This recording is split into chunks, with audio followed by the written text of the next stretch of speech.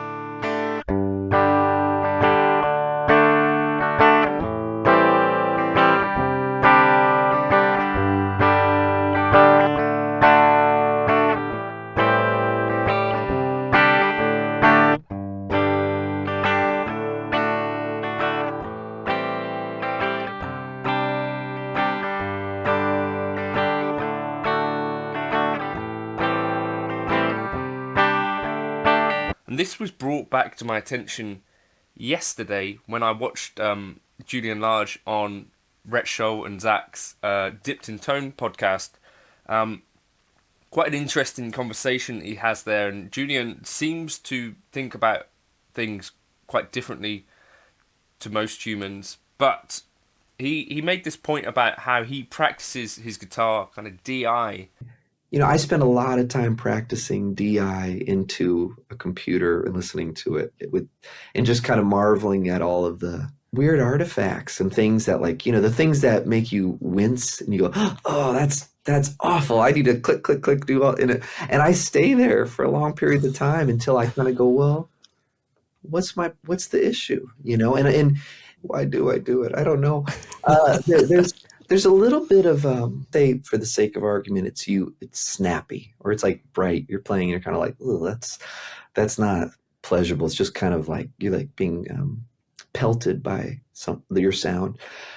That for me is often a velocity thing in the right hand. So it seems definitely from this interview that he's definitely not an effects boy, and essentially his rig is most of the time something like his guitar plugged into a deluxe on 2 is what he says. I think my buddy Jake says he uses a Flint as well sometimes. But anyway, I thought it was a really, really interesting point, and something I think I'm going to try and do a bit more of, because that was something I noticed myself, is that as someone who demos gear, and you get comments from folks saying, well, these guitars, they just sound like you when you're playing them, and it's a bit like, yeah, right, how can I avoid that if that is the thing that I'm trying to avoid? Well, actually plugging in DI does show you a little bit more of the voice of the guitar, but also it reveals a bit more of what it is that you're doing in some ways. Obviously, it's a totally different thing to what we actually do live a lot of the time, but I think there's definite value in this as an exercise. So I just wanted to do like a little video on that. That was what I was doing in the intro there. That was from a night a few, again, weeks ago, where I kind of just sat down with a loop pedal, plugged in DI, and just kind of was enjoying that as an experience. And then I put like a little bit of room reverb on there and a bit of a compressor. But this was something that Sean Angus Watson, I believe, also does, an amazing kind of loopy player with an SG. And I do think you get to hear these guitars in a way that maybe is a bit different to usual when you do this sort of thing. One other thing that Julian talked about, velocity, and how velocity matters. If I move quicker, it's more splatty. If I move a fraction of a second slower, I'm not saying slow down the line, I just mean the actual time it takes you to attack any given note. So what he's listening for when he's playing DI is for essentially sounds that are sharp to the ear or make him wince, he says. Which would be all of my playing, right?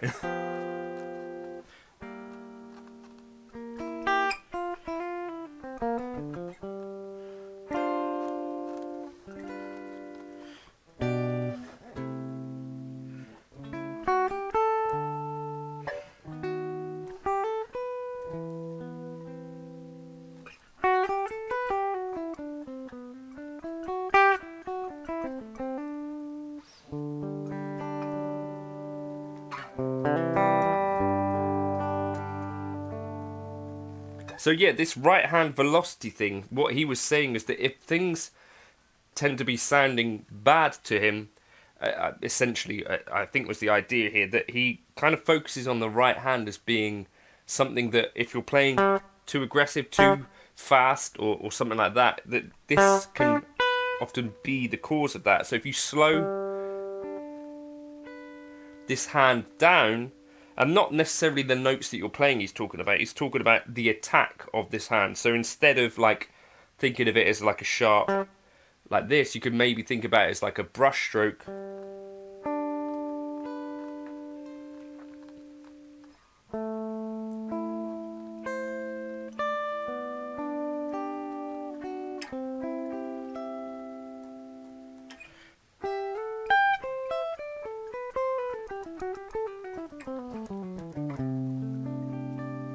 And try and keep that relaxed nature throughout what you're playing, I guess. So what happened there is, I guess, I was a bit overzealous with the E here, and also I think what I could hear was happening was that this pinky was touching the E a little bit. Maybe through an amplifier or, you know, a modeler with some delay and stuff, I wouldn't notice that as much.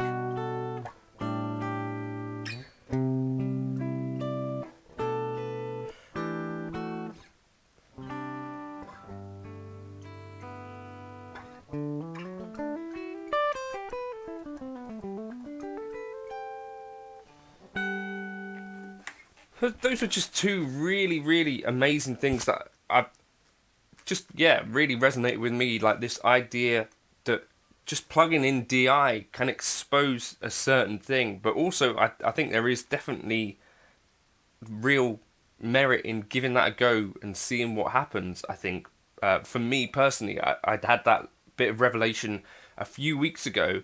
Obviously, it's late into my career, too late for me to become Julian Lage, but I think it's still super interesting for me anyway. And then that idea of if you're not getting the tone that you like or you're looking for, maybe this right hand, just, you know, start to think about how that is interacting with the string. Instead of being a fast attack chopping through the string, maybe slow that movement down and think about brushing that over the string. For me personally, I've found that playing with a lighter touch kind of suits me quite well, so that I guess goes hand in hand with that as well.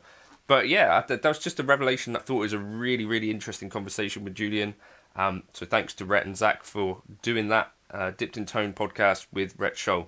But yeah, I thought that was interesting. Let me know your thoughts in the comments. Also, Eric Johnson talks about his right hand stuff. He's got a TrueFire course. You can get that for 40% off with the code JNC40. You could also get all access pass and listen to loads of the masters on TrueFire.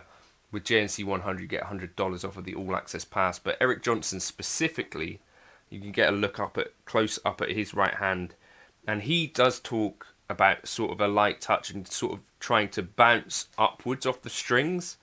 I think that sort of flattens out a little bit at higher speeds, but certainly it's something that he's thought about, of course. But yeah, his course on TrueFire is really interesting in terms of talking about tone, technique, as well as, you know, some of these intricacies and getting a really close-up view of all of that stuff. So, I don't know, how Julian Lage practices, I think it was a bit of a revelation for me. Maybe it will be for you too. Cheers.